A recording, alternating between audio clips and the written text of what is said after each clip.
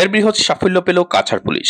শুক্রবার Silchar আইএসপিটি বাইপাসে MN01 A 0484 নম্বরের একটি যাত্রীবাহী বাসে তল্লাশি চালিয়ে Burmese cigarette, Godzilla coil, golden খৈনি ও বৃহৎ পরিমাণের নেশাজাতীয় সামগ্রী উদ্ধার করেছে কাছাড় পুলিশ।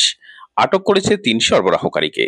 সূত্রের ভিত্তিতে খবর পেয়ে এদিন কাছাড়ের পুলিশ সুপার নোমাল মহতো ও অতিরিক্ত পুলিশ সুপার ক্রাইম সহ বিশাল পুলিশ বাহিনী আইএসবিটি বাইপাসে পৌঁছে যাত্রীবাহী বাস থেকে উদ্ধার হওয়া নেশাজাতীয় সামগ্রীগুলি জব্দ করতে সক্ষম হয়েছেন।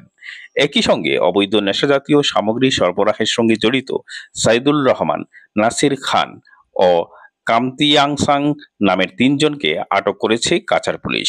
বিষয়টি নিয়ে সংবাদ মাধ্যমের সঙ্গে কথা বলতে গিয়ে পুলিশ সুপার নোমাল মাহাতো জানান, ৩ দিন পূর্বে একটি বিশেষ সূত্রের খবর লাভ করার পর থেকে পুলিশ কাছাড়ের লায়লাপুর এলাকায় ফাঁদ পেতে বসেছিল এবং মণিপুর থেকে মিজোরাম হয়ে যাত্রীবাহী বাসটি শুক্রবার শিলচরে আসার পথে পুলিশের বিশেষ দল লায়লাপুর থেকে পিছু দাওয়া করে শিলচর আইএসবিটি বাইপাসে এসে বাসটিকে আটক করে তল্লাশি চালায়।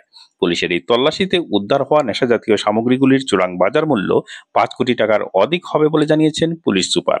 এদিন নেশাজাতীয় সামগ্রী সহ যাত্রীবাহী বাস হেফাজতে নেওয়ার পাশাপাশি আটক ৩ সরবরাহকারীকে পুলিশ আইনের আওতায় এনে টানা জিজ্ঞাসাবাদ চালিয়ে যাচ্ছে বলে জানিয়েছেন পুলিশ সুপার নোমাল মাহাতো। আমি এটা বিশেষ খবৰ লাভ কৰিছিলো যোৱা ৩ দিন আগতে, আৰু এই বাছখন যিখন আপুনি দেখিছে MN নাম্বাৰৰ বাছ, এইখন বাছখন মণিপুৰৰ চিচিপুৰৰ পৰা আহিছে।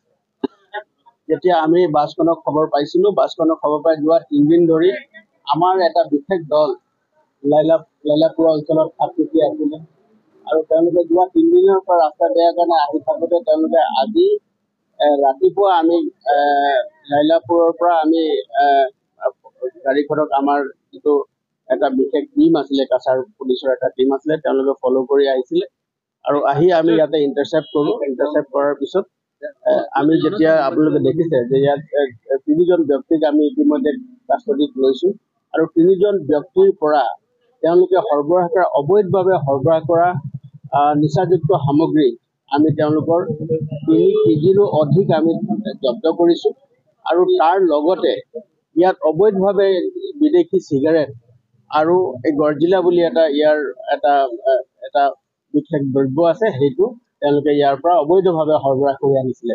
আৰু গোটেইখিনি বস্তুৱে মানে এটা আপুনি দেখিব যে এইখিনি বিদেশৰ পৰা তৈয়াৰ হোৱা বস্তু, আৰু যিখিনি নিচাযুক্ত সামগ্ৰী আমি মৰফিন যিটো আমি টেষ্ট কৰিছোঁ, ড্ৰাগ ডিটেকশ্যন কিটৰ জৰিয়তে আমি এইটো টেষ্ট কৰিছোঁ। টেষ্ট কৰাৰ পিছত পজিটিভ ৰিপ্লাই আহিছে, আৰু ৰিপ্লাই অহাৰ পাছত আমি গোটেই সামগ্ৰীখিনি আইনৰ যিখিনি নিয়ম পদ্ধতি আছে সেই পদ্ধতি সকলোখিনি মানি চলি আমি এই বস্তুখিনি জব্দ কৰিছোঁ, আৰু এতিয়া বাকীখিনি যিখিনি আইনগত যিখিনি দিশ আছে সেইখিনি কৰিবৰ কাৰণে আমি এতিয়া সাজু হৈছোঁ।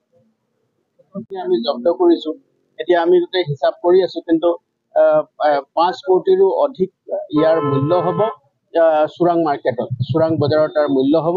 গতিকে আমি গোটেইখিনি বস্তু মানে নিচাযুক্ত সামগ্ৰীটো আছে, তাৰ লগতে যি বিদেশী চিগাৰেট আছে এইখিনি খুব মানে কষ্টলি বা মূল্য আছে এইখিনি চোৰাং বজাৰত, আৰু গডজিলা বুলি যিটো প্ৰডাক্ট আছে সেইখিনিও আমি জব্দ কৰিছোঁ।